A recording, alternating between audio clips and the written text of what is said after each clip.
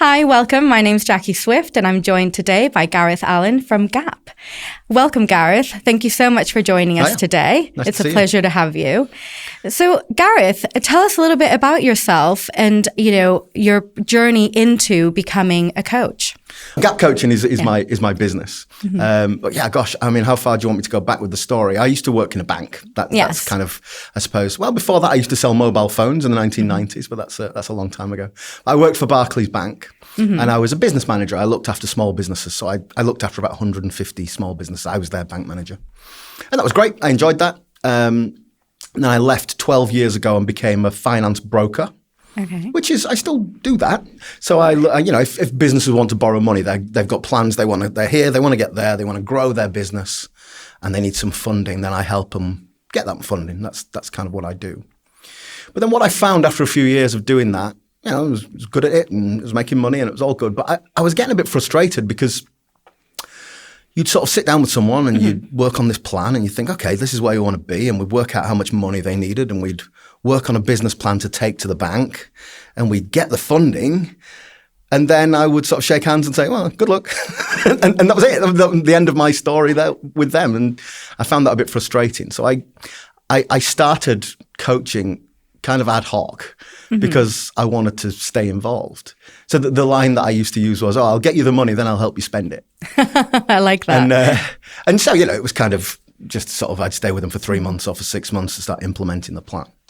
And that gave me a lot more satisfaction, as well as, let's be honest, the problem with the business model of a broker is that it's one transaction, it's one deal, and you get well paid for it, but then that's it. You're always looking for new businesses.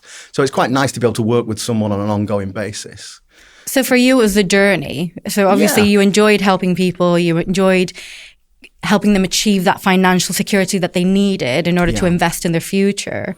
But then when you saw that stop, was it that you wanted to see what they would then go on to do? Like, was it the curiosity that drove you to try and think, okay, well, the coaching side of this might really intrigue me? Talk to me a little bit about that. To use that journey analogy, I think what I was doing at first was kind of giving them the keys to the car and then waving them off. And I sort of wanted to go along the journey with them. So, you wanted to be in the car? Yeah, I would be in the car, yeah. Not driving, just sitting in the back seat, keeping an eye on things. Yeah, it's interesting that you say that about driving, because often, and we'll come to that in detail in a moment, with coaching, it's quite different, the approach in a coaching technique than it is in a mentor capacity or as somebody that's, teaching or helping somebody to get to where they need to be. With coaching, it's a completely different approach, isn't it? Yeah. Do you want to talk to me a little bit about your style in respect of that?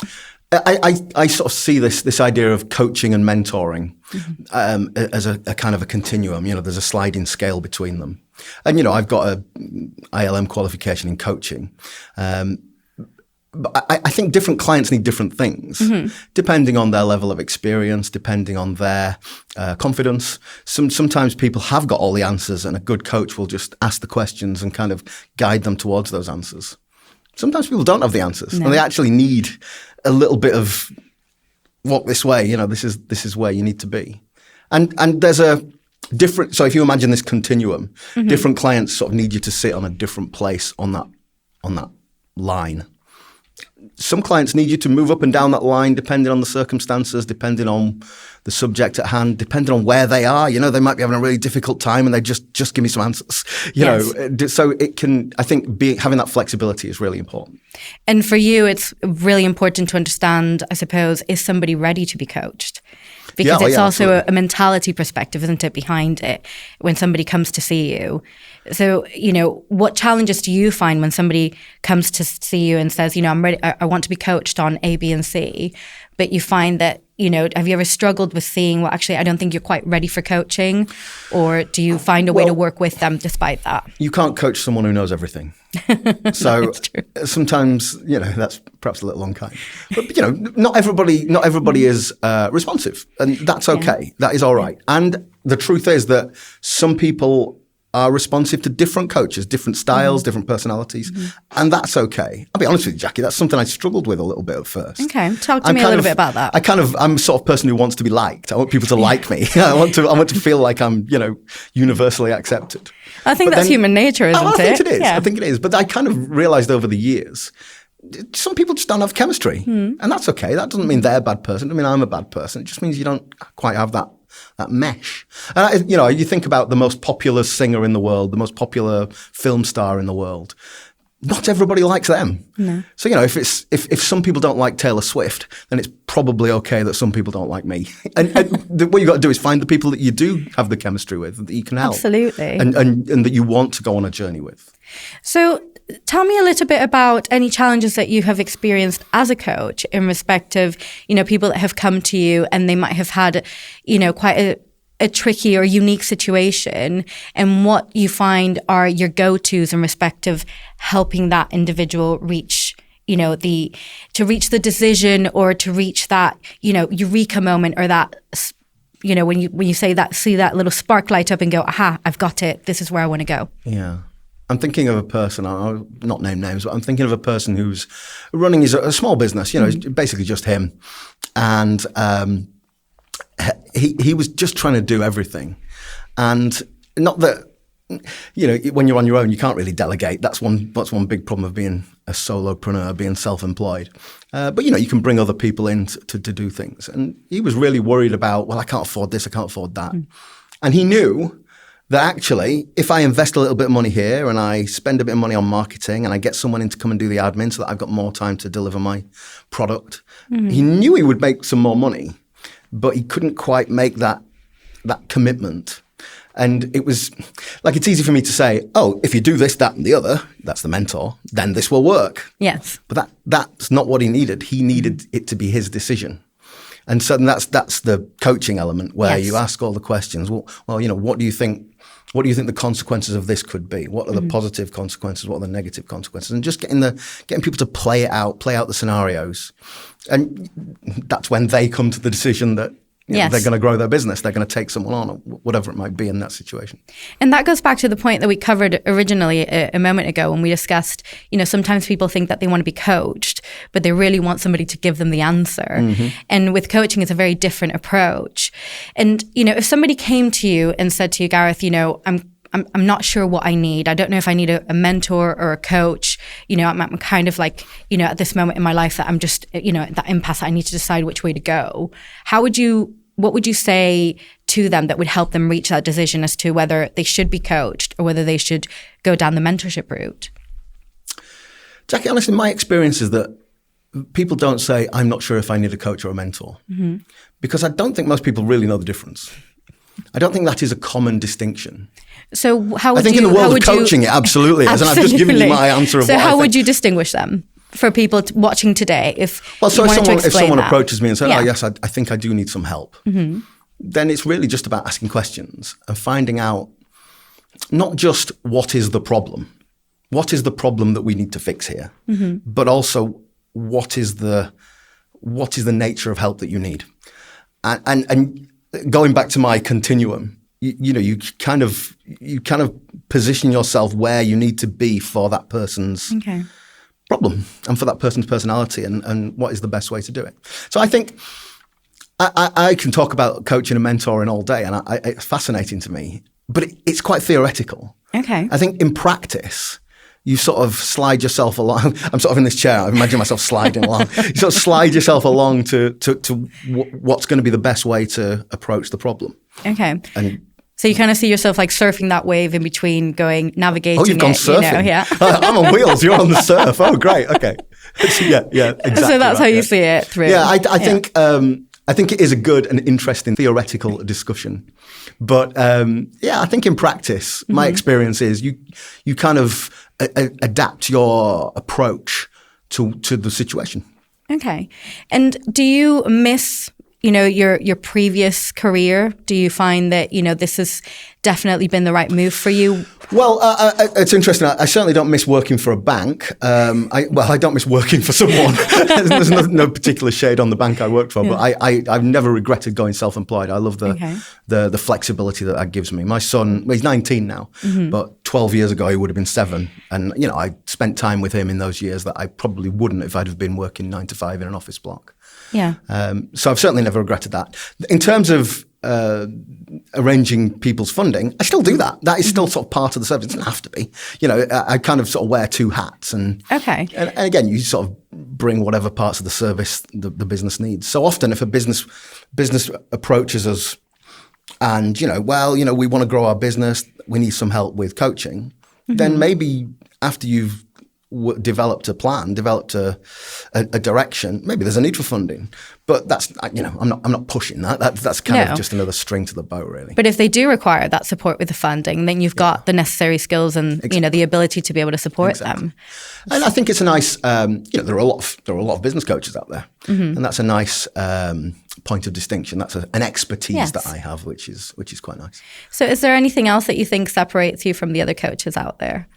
Well, when I was giving you my history there, I just sort of missed out quite a big chunk, which is relevant, which is I'm also a triathlon coach. So when I was doing the exclusively the funding, I started doing triathlon coaching started off as a volunteer coach, and it turned into a little side hustle. Okay. I was a coach at my local club, and one of the guys came to me and he said, I want to do an Ironman triathlon.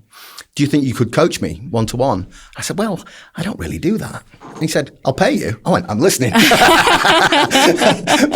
So I'm joking, but I sort of went away and did some qualifications, and it became a sort of labour of love. And it doesn't pay very well, but it's a great hobby, and I still do it. I've got 4 clients at the moment who are working towards a particular race, and I love it. It's great. But it is relevant because going back to the story I told earlier about how I transitioned from purely finance to coaching, the triathlon thing was absolutely instrumental in that, because I was, at that time, I was just getting so much more satisfaction from this small side hustle, and seeing people develop and work towards goals, and just having, just working with them on their plan. I'm coaching. Yeah. And that's what made me realize this is where I want to spend more of my time. This doesn't really pay enough. So how can I marry these 2 things together? So as you were helping them achieve where they wanted to go, and you being there with them throughout it. You would be amazed how similar they are. Triathlon coaching and business coaching. If you think about, you've got a goal, it might be a race, or it might be that you want to turn over £1 million. You've got a plan to get from here, where you are now, to that start line. You've got skills you need to work on. So, you might be talking about where someone puts their hand when they're swimming, or you might be talking about their onboarding process for clients. But it's about consistency. It's about doing the right things, practicing, doing the right things over and over again, checking your progress, rewarding yourself when you've done well. It's the same thing. Yeah. It's the same thing. So it's funny because I've been doing the triathlon coaching for 10 years. And I sort of used to keep it quiet, like it was a bit frivolous, and it felt like a bit of a frippery. And I had this moment of clarity a few years ago, and I was like, no, this is totally relevant. This is completely relevant to what I do. Yes, because there's a lot of discipline involved in it. If you want business coaching, you don't have to run a marathon as well. It's absolutely fine. The 2 are completely separate, but in my head, they're very similar. Well, I suppose the element of discipline, and like you say, the consistency. And, sometimes when people come to you, there is that moment in that people want to achieve something, and they think that, this is really my dream, my ambition, what I want to achieve. But they're not quite there on the discipline or the consistency. Yes. And, those 2 things are quite pivotal in being able to achieve a goal or an aim that you have, especially when you set yourself quite ambitious goals. Yeah. How do you help people in establishing that, that consistency and that discipline when they come to you? How do you hold them accountable from a coaching perspective? Accountability is a good word, isn't it? That's, I do manage. I do coach a lot of solopreneurs, and I think back to when I was an employee. I had some great managers. I had some not so great managers. And if you think about what you have when you're an employee, you have a monthly performance review, or, a bad manager might just shout at you and tell you you're rubbish. But a good manager will sit down and talk about, well, how did we do last month? That's really great. Well done. Okay, you didn't deliver there. What went wrong? Do we need to do something different? You just need to do what you said you were going to. We're talking about accountability. Yeah. So it's just replicating that, essentially. Some people can do that for themselves. But some people need a kind of a process break, someone to come in from the outside and just ask those questions. Accountability, I think, is a big part of business coaching. Absolutely. Because going back to the coaching and mentoring, whether it's, why don't you try this, or what do you think you should try? Ultimately, there then has to be a check-in later of, how did it go? Did it work? Should we try something different? Should we continue to do that consistently? And have you ever found yourself in a position that you have a client and, that they come to you and you set these goals, you set the time scales, like, let's focus on this, let's focus on that. And every time you come to check in, they say, well, I tried but, or I was going to do this but, and, the accountability keeps failing. How have you ever found yourself that you were in a position that they were uncoachable, or that you tried a different technique to help them in being able to go, okay, well, I hear that you say you want to do this, but your actions aren't reflective of that. How do you navigate that? Yeah, I think you've got to have that conversation. I think you've got to have a difficult conversation sometimes. Just like, I'm sure you have employees. It's the same principle. I think of in football they say there's different types of manager. I consider myself a bit of an arm around the shoulder manager. Okay. I'm not a hairdryer. I don't shout at people. And ultimately, I'm not their boss. I'm not their headmaster. I'm someone they're paying. But I am very comfortable having that conversation of, look, you're paying me to ask you difficult questions, and you're not doing what you said you would do. Why are you continuing to do this? And there's a little bit of jeopardy there because you want them to carry on as clients, but ultimately, if I don't, I'm kind of joking about it. Of course, I want everyone to stay on as clients, but if it's not working, then I don't. Yeah. Obviously, I want to make a living, but as I said earlier, I want to feel that satisfaction of helping people along the way. And if you've got your monthly call coming up and in my head, I'm thinking, oh no, okay, this is going to be a tough conversation because I don't think he's delivered. I don't think that's a big red light for me. Like, do I really want to be working with this person? And don't misunderstand me, Jackie. I'm not just going to sack him. I don't mean that. But I'm very happy to have that conversation. So look, I'm not sure this relationship is working. I'm not sure this, we've put all these plans together. You're not delivering them. I'm holding you accountable and you're still not delivering them. So maybe you need to find another way of holding yourself accountable because this doesn't seem to be working. And surely people will respect that and see the value in you being able to almost hold that mirror up and say, you keep saying you want these things. Yeah. We keep exploring these ways. And sometimes people do need to hear that because it's kind of like that wake up call that they go, oh, okay, well, Gareth has got a point here. Like, how do we navigate that? It is ultimately down to them. Absolutely. Whether you're a coach or a mentor or whatever, I am just someone from the outside being brought in to give an overview and give advice and coach. It's your business. You got to run it, Yeah, absolutely. So Gareth, you mentioned you have a 19-year-old. So tell me a little bit about, have you ever tried to coach your child? Does that work?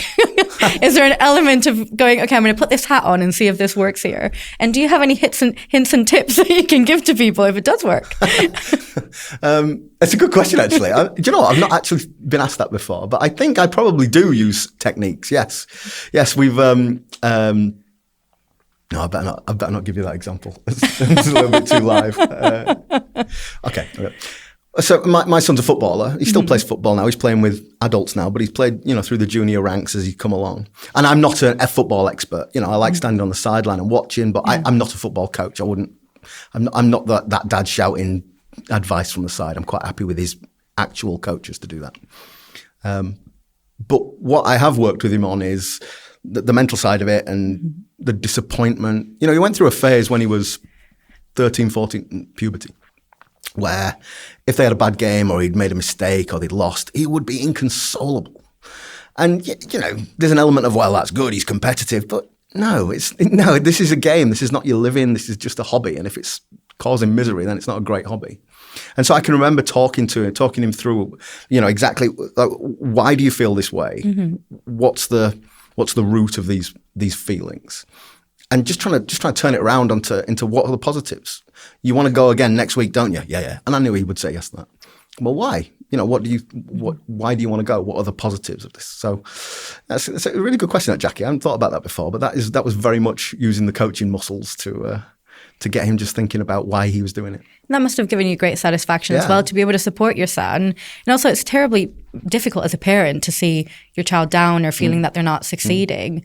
But, like you explained there, your coaching techniques really helped it turn around that psychology for him to go back and go, actually, no, these are the things that are positives from here and how you move forward. I really love that he loves football. He loves playing. He plays 3 times a week still, and that it's part of his life. And I've never been particularly bothered about what the result was or whether he, played for a better team or anything like that, as long as he was enjoying it. Yeah. And it bothered me that it bothered him. Yeah, of course. But I don't care if they lost. So I kind of needed to get him to think about, well, what are the benefits of this? Why are you doing this? Okay. Rather than just why are you miserable?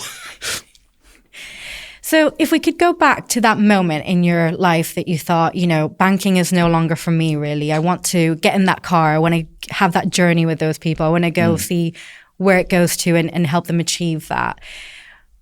How can you explain to somebody that might be having, that consideration in their life, that question mark, am I really happy in my job? Am I really satisfied in my career? Is this really what I should be doing? And they might be, in their mid-30s or, going on to their 40s and think, okay, well, is this time for a change? Yeah. Talk to us a little bit about how you reached that decision, because that must have been quite a leap into the unknown. It was giving up a salary and, people are considering that. It's a huge jump. And I think I am, by nature, I am temperamentally a bank manager. I'm quite cautious, a person. And so it was a big effort to leap. I'm the sort of person who, when it comes to a business decision or a life decision, I will think about it for a long time. I'm not impulsive. Thinking about when I left, you've got these kind of push and pull factors. You've got there were things that were negative about my current situation that I wasn't particularly happy about, that I wasn't particularly enjoying. And there were things that were positive over there with this self-employment thing that I wanted to do. And I think what's really important if people, so we're talking here about leaving a job and going self-employed, but really it's any big decision. If you're thinking about, well, it's any career. It's moving. It's completely changing in trajectory. Yes. Any big decision, you've got these push and pull factors. So there's what I don't like about this, and what I do want to achieve over there. The problem is, if once I'd left my job, and I got 12 months into this new world of self-employment, all of those negative factors are now gone. Like, they're not relevant. If I was pretty grumpy about my boss at the old job, well, that's not a problem anymore. So the only things that keep me going are those things that are pulling me across, the pull factors. So to turn this into some advice, think about what those pull factors are. So if you're making this decision, right, I'm employed now, I'm going to go self-employed, or I'm in this current role, I've got the opportunity to move sideways into a different department, whatever it might be. Think about all the positives of the move. Think about what you could achieve over there. Think about what your goals are. Think about how your life will look, how you will feel. But think about the destination rather than where you are now. Because once you're halfway along that journey, where you are now is irrelevant. So you've got to have positive things pulling you along.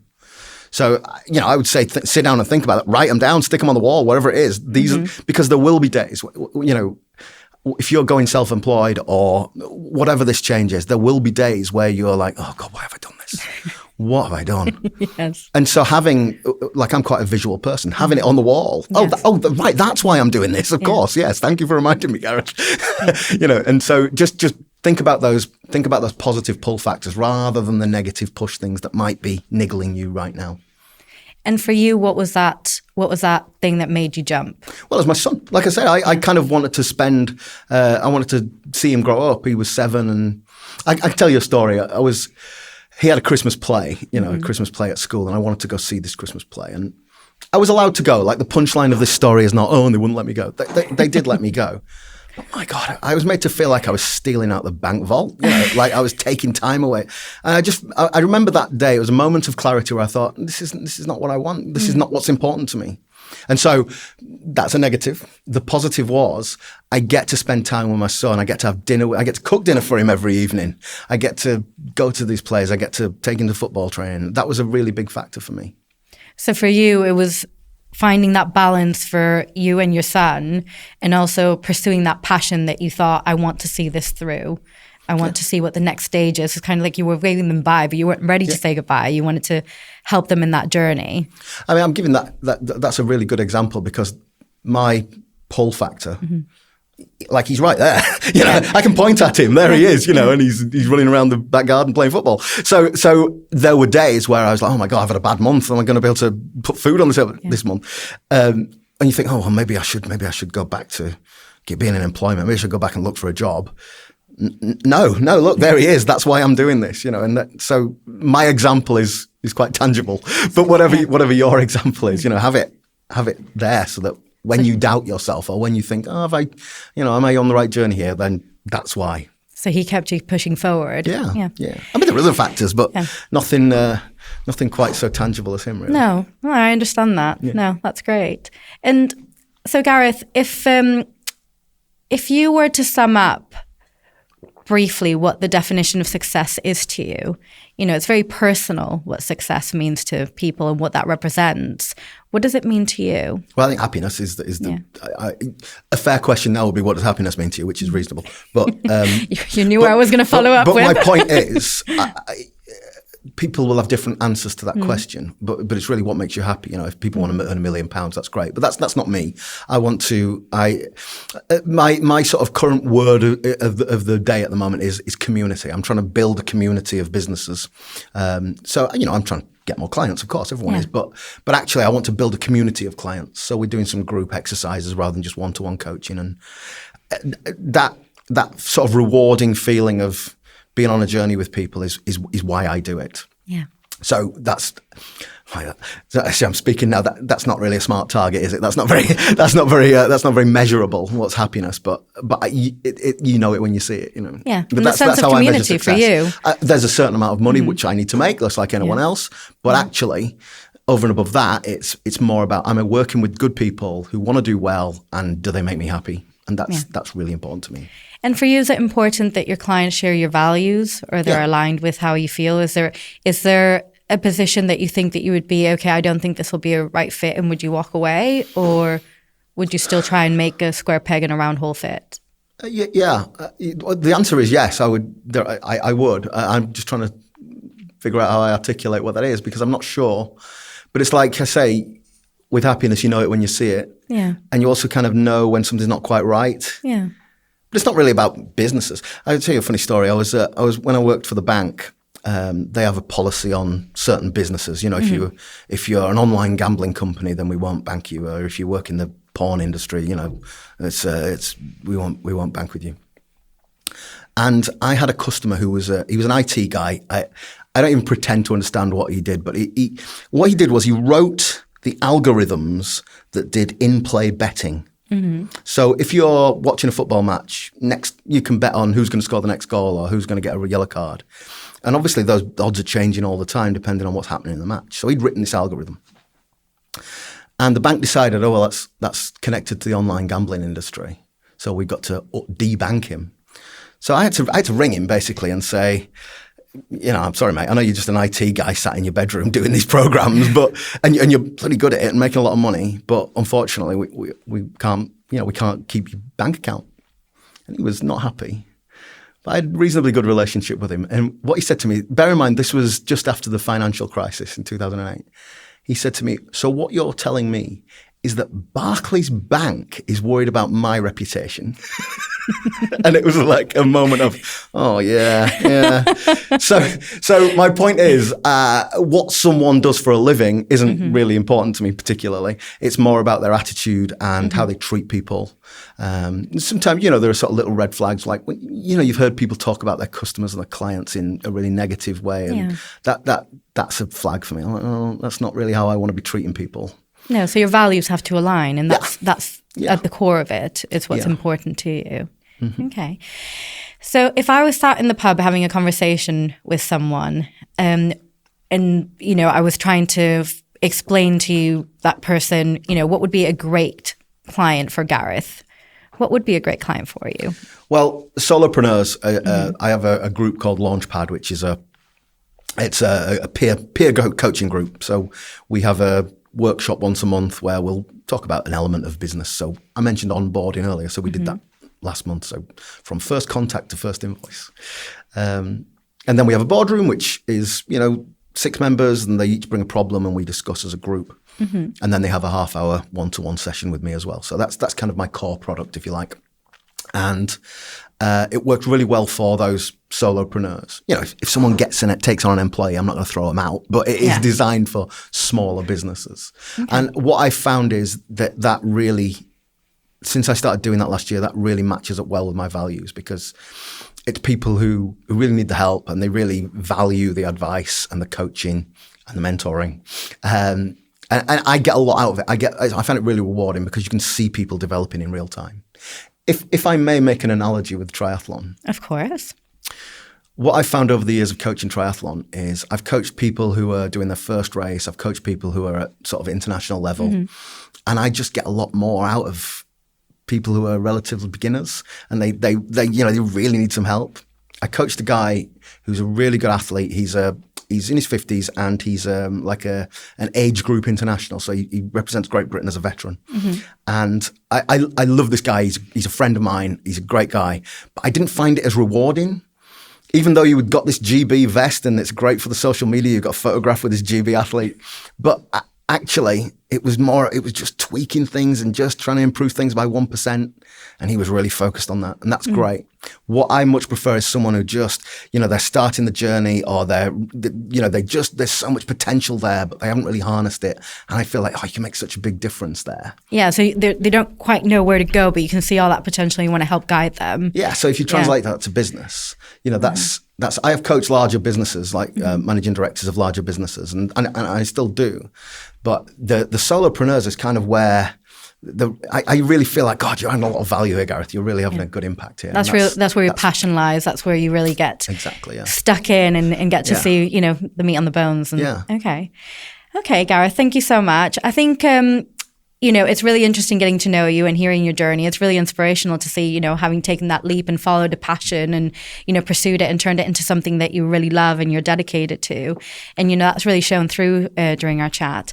I think it would be fun just to, as we wrap it up and conclude our chat today, to find out if there was a fun fact about you that you wanted to share, something that you wanted to, people might not know about you, or quite quirky that you want to Well, I can tell you, I did. It's a triathlon story. So I did in 2022 what's called a Quin Ironman, which is, if you may or may not know what an Ironman is, it's a long all-day race basically, and I did 5 of those back to back. Wow! So it was the culmination of many years of training. And you lived. Well, just about. It was interesting because it's a heck of an achievement. I'm very proud of it. I can imagine. And a real physical achievement. But actually reflecting on it afterwards, my conclusion was, I don't need to do that again. I sort of tested myself. The idea was you're trying to find your limits. Yeah. I found my limit. That's enough. Back to back. That's enough. It's quite a limit. So I still enjoy triathlon. I am a triathlete, but I do the shorter races now, and I enjoy it, and it's part of my social life and everything. But yeah, I did a Quin Ironman triathlon. That's quite an interesting story. Okay, that's fantastic. Well, there you have it. Well, thank you so much for joining me, Gareth. It's been a pleasure to see you, and we look forward to hearing about your journey in the future. Thanks, Jackie. Cheers. I've enjoyed it. Thank you so much for watching. If you enjoyed that, please like, share, and subscribe, and we hope to see you again soon.